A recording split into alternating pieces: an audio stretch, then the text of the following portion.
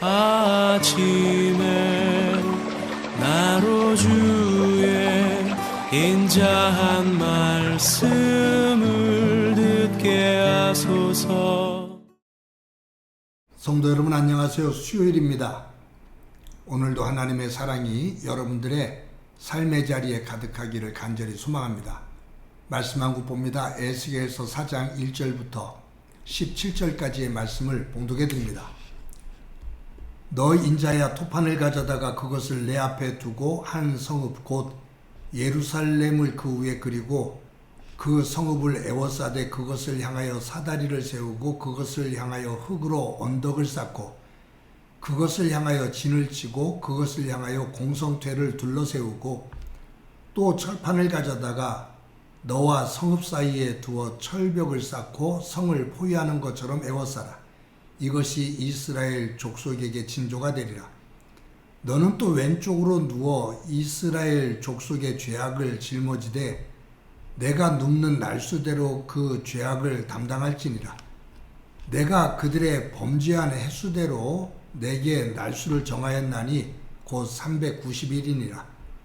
너는 이렇게 이스라엘 종족의 죄악을 담당하고 그 수가 차거든 너는 오른쪽으로 누워 유다 족속의 죄악을 담당하라. 내가 내게 40일로 정하였나니 하루가 1년이니라. 너는 또 내 얼굴을 에워싸인 예루살렘 쪽으로 향하고 팔을 걷어 올리고 예언하라. 내가 줄로 너를 동일이니 내가 에워싸는 날이 끝나기까지 몸을 이리저리 돌리지 못하리라. 너는 밀과 보리와 콩과 팥과 조와 귀리를 가져다가 한 그릇에 담고 너를 위하여 떡을 만들어 내가 옆으로 눕는 날수 곧 390일 동안 먹되 너는 음식물을 달아서 하루 23개씩 때를 따라 먹고 물도 6분의 1 흰씩 되어서 때를 따라 마시라. 너는 그것을 보리떡처럼 만들어 먹되 그들의 목전에서 인분 불을 피워 구울지니라. 또 여호와께서 이르시되 내가 여러 나라들로 쫓아내어 흩어버릴 이스라엘 자손이 거기서 이같이 부정한 떡을 먹으리라 하시기로 내가 말하되 아하 주 여호와여 나는 영혼을 더럽힐 일이 없었나이다. 어려서부터 지금까지 스스로 죽은 것이나 짐승에 찢긴 것을 먹지 아니하였고 가증한 고기를 입에 넣지 아니하였나이다. 여호와께서 내게 이르시되 보라 쇠똥으로 인분을 대신하기를 허락하노니 너는 그것으로 떡을 구울지니라.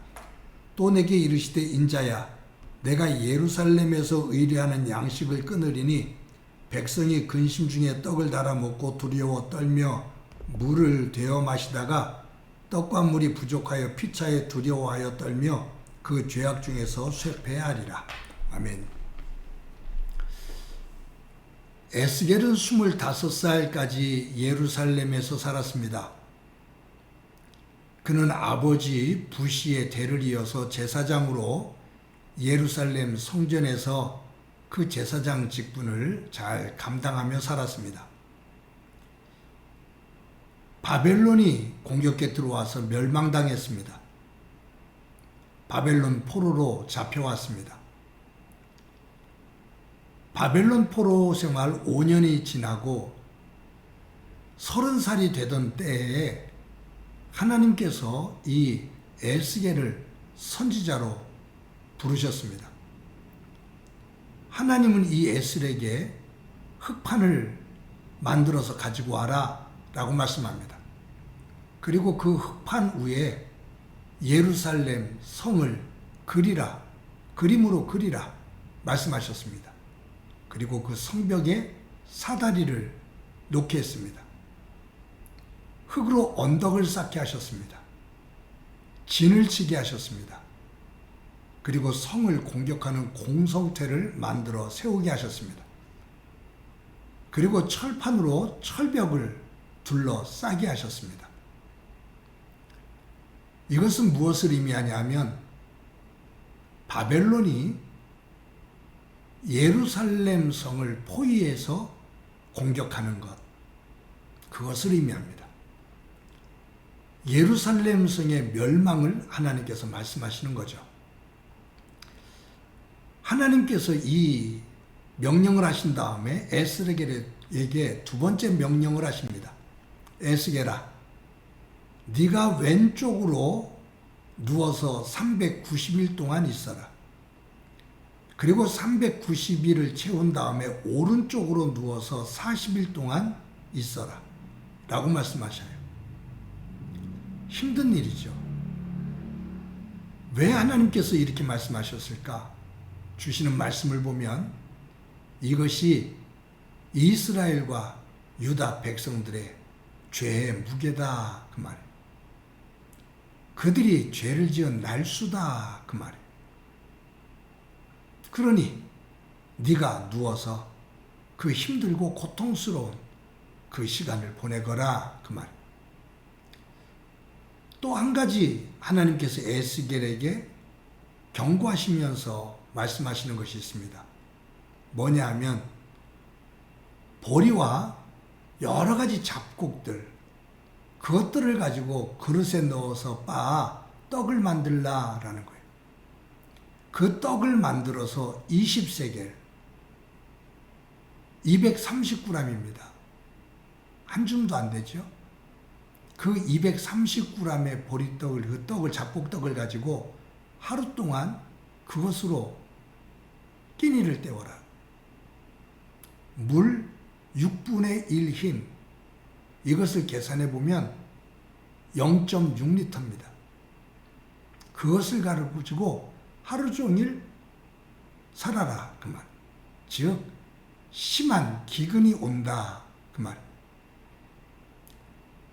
그리고 동아줄로 너를 꽁꽁 묶을 것인데 네가 움직이지 못할 거다. 즉 포로로 잡혀간다 그 말. 하나님께서 이스라엘을 아수르 제국을 통해서 무너뜨리시죠. 바벨론 제국을 통해서 유다 나라를 멸망시키십니다. 그 백성들을 뿔뿔이 흩어지게 만들어요. 그 흩어진 백성들이 인분을 가지고, 즉 사람 똥을 가지고 연료로 삼아 떡을 구워 먹는다. 더럽혀진다 그 말이에요. 그만큼 이스라엘 백성들과 유다 백성들이 악한 삶을 산 심판이다 그 말씀이죠. 여러분, 하나님은 이스라엘 백성에게도 유다 백성에게도 끊임없이 그들의 죄를 지적하셨습니다. 지적하신 것만이 아니라 회개하고 돌아오라라고 말씀하셨습니다. 많은 선지자들을 보내주셨습니다. 선지자들이 하나님의 말씀을 전했습니다. 근데 이스라엘 백성들도 유다 백성들도 선지자들의 말을 듣고 조롱하고 때리고 옥에 가두고 비참하게 죽입니다. 하나님께서 심판을 말씀하시지만 거기에 전혀 준비를 하지 않아요. 거기에 대비를 하지 않습니다. 하나님의 경고를 무시하면서 지금 이렇게 풍요로운데, 이렇게 즐거운데, 평안한데 뭐가 문제라는 얘기야. 여기가 좋아 라고 말을 하다가 결국 무너지는 겁니다. 저는 이 말씀을 묵상하다가 조금 다른 하나의 생각을 해봤어요.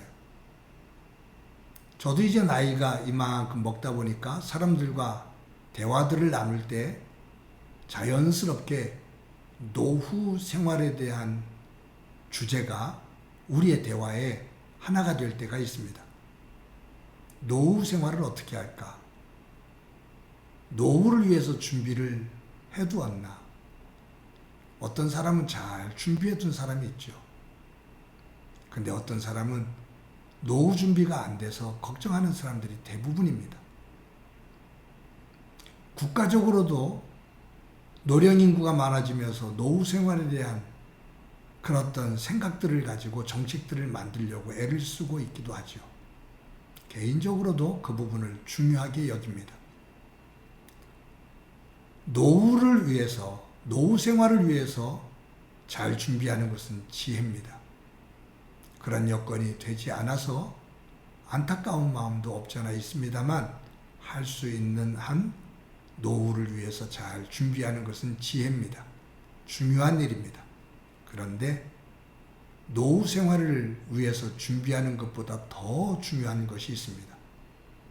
그것은 노후 생활의 끝자락의 마지막 날, 죽음 앞에 서는 날, 그 죽음 이후에 하나님께서 우리에게 약속하신 하나님의 나라, 그 영원한 세계, 그 나라에 임할 준비를 하고 있는가라는 거예요.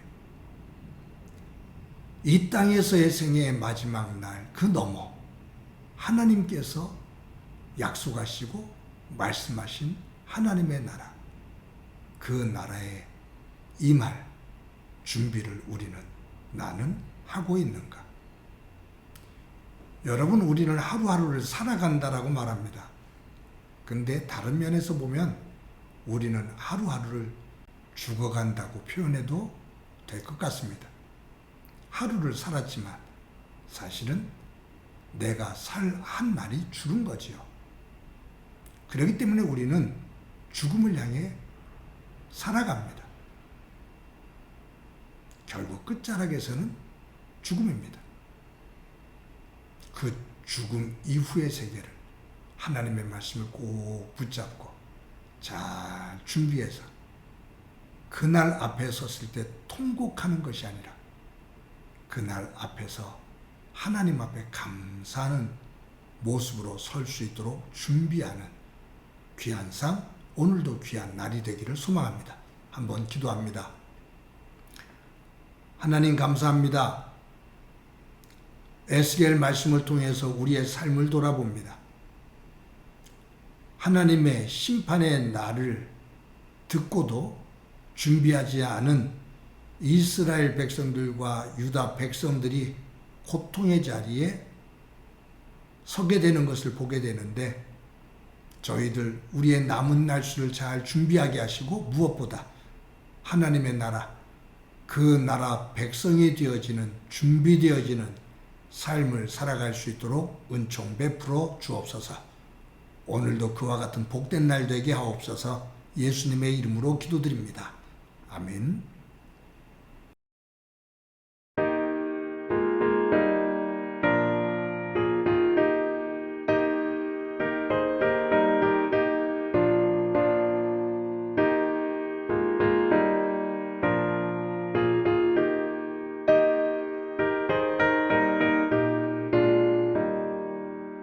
신랑 되신 예수께서 다시 오실 때 밝은 등불 들고 나갈 준비 됐느냐.